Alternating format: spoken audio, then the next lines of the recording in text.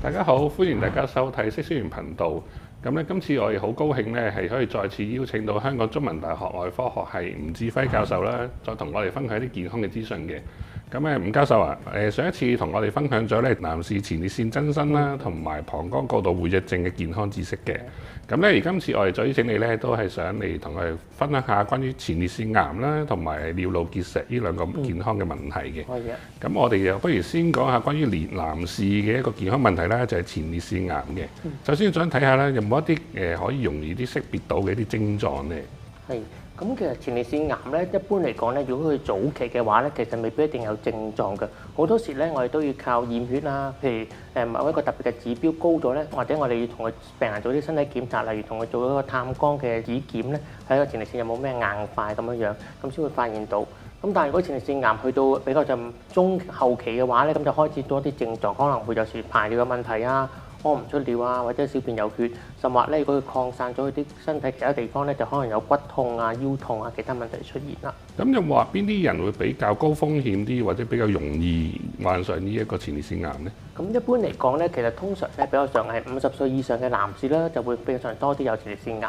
咁而特別係如果佢係肥胖啦，咁亦都有啲種族上邊，如果佢譬如係本身家族裏邊有啲多啲有前列腺癌嘅病啊，又或者佢本身係白人啊，或者非洲人種咧，咁都會多啲有前列腺癌嘅。咁咧，如果真係懷疑有可能有呢一個前列腺癌嘅問題咧，咁係可以點樣去診斷出嚟咧？咁一般嚟講咧，我哋醫生都會同佢做一啲嘅血液檢查啦，會 check 下一個叫前列腺特異抗原啦，或者一個前列腺嘅健康指數。咁如果發現真係有唔正常嘅話咧，咁我哋可能咧就會再同佢做一啲檢查，例如係磁力共振啦，又而最後咧就都要同佢做一個抽組織嘅化驗咧，睇下前列腺裏面真有冇癌細胞咁樣。咁頭先聽到咧有一個叫做前列腺特異抗原啦，咁係咪呢個檢查出嚟嗰個水平，如果嗰個正常就代表有前列腺癌嘅問題咧？咁前列腺特異抗原咧係一種特別嘅蛋白質酵素咧，係前列腺製造出嚟嘅。咁一般嚟講咧，如果前列腺有咩疾病嘅話咧，佢都會高咗。咁所以一般咧，我哋通常佢高嘅話咧，我哋都會擔心係前列腺癌。咁但係咧又唔係話一定全部都係前列腺癌嘅，咁可能係啲其他嘅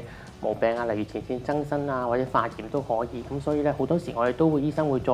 因應佢指數嘅水平啦，可能再做進一步檢查咧，先至可以確認佢係咪癌症嘅。咁咧如果真係唔好彩啦，即係患上咗前列腺癌咧，可唔可以真係透過治療去可以完全可以醫治到咧？咁如果係早期嘅前列腺癌咧，其實而家都有好多有效嘅方法咧，可以將個癌症係完全根治咗嘅，咁所以都唔使太擔心嘅。治療嗰方面係即係有咩治療嘅手法啊，同埋就係話因為點樣去決定去到咩嘅情況就用邊一種嘅治療方法咧？咁好視乎主要我哋睇就個癌症有冇擴散啦。如果屬於早期局部呢個前列腺度冇擴散嘅話咧，其實而家可以用一啲嘅手術嘅方法啦，或者放射治療啊，甚至一啲我哋叫局部治療啊，咁都可以完全根治到個癌症。咁但係如果佢真係擴散咗嘅話咧，就可能需要用一啲藥物，例如荷爾蒙嘅治療啊，或者新一代嘅標靶荷爾蒙藥啊、化療咁去根治。咁所以好多時嗰個決定咧都視乎嗰個病人係個癌症屬於第幾期啦，亦都配合病人本身嘅身體狀況啊、年紀啊，適唔適合做手術或者做邊一種治療咁樣去決定個治療方案咯。而家有冇一啲比較新啲嘅方法係可以醫喺個治療嗰方面咧？係，咁隨住我哋而家都越嚟越可以早啲發現個癌症啦。咁如果你真係見到個癌症係比較上早期，定係個前列腺一個部分有嘅話咧，其實我哋可以做一啲叫局部治療，即係針對嗰個位置就做一啲，例如係用揩敷啦，或者用冷凍嘅方法咧，將嗰個腫瘤係清除咗，就唔需要再成個前列腺切除啊，或者做放射治療咁樣樣。即係頭先聽到嗰兩種新嘅方法，會唔會個創傷性會係相對低啲？創傷會少啲啊，基本上病人可能即係入院做完已經走得啊，又唔會有咩傷口啊咁樣樣。哦，咁都係一個好好嘅一個選擇嚟嘅。係啊。咁咧，我諗關注健康嘅朋友都想知咧，咁究竟有咩方法可以預防到呢一個症狀咧？嗱，咁一般嚟講咧，如果前列腺癌，我哋普遍都認為咧，係如果即係一個高脂肪啊、高肉食嘅飲食習慣，都會增加多前列腺癌嘅機會。咁所以做翻清淡啲啊、健康啲嘅食品咧，都會有幫助。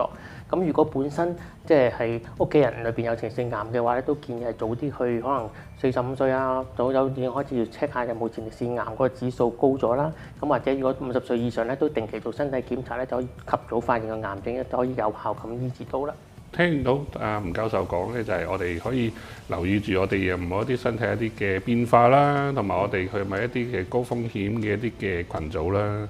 如果係嘅話咧，咁就可能要特別留意啦，同埋都要注重身體健康啦、飲食嗰方面啦嚇。相信大家聽咗吳教授嘅分享之後咧，都會對前列腺癌咧，無論係喺預防啊、治療啊同埋診斷方面都有更清楚嘅了解啦。咁我哋下一次咧就咪會同大家去分享關於尿路結石嘅問題咧。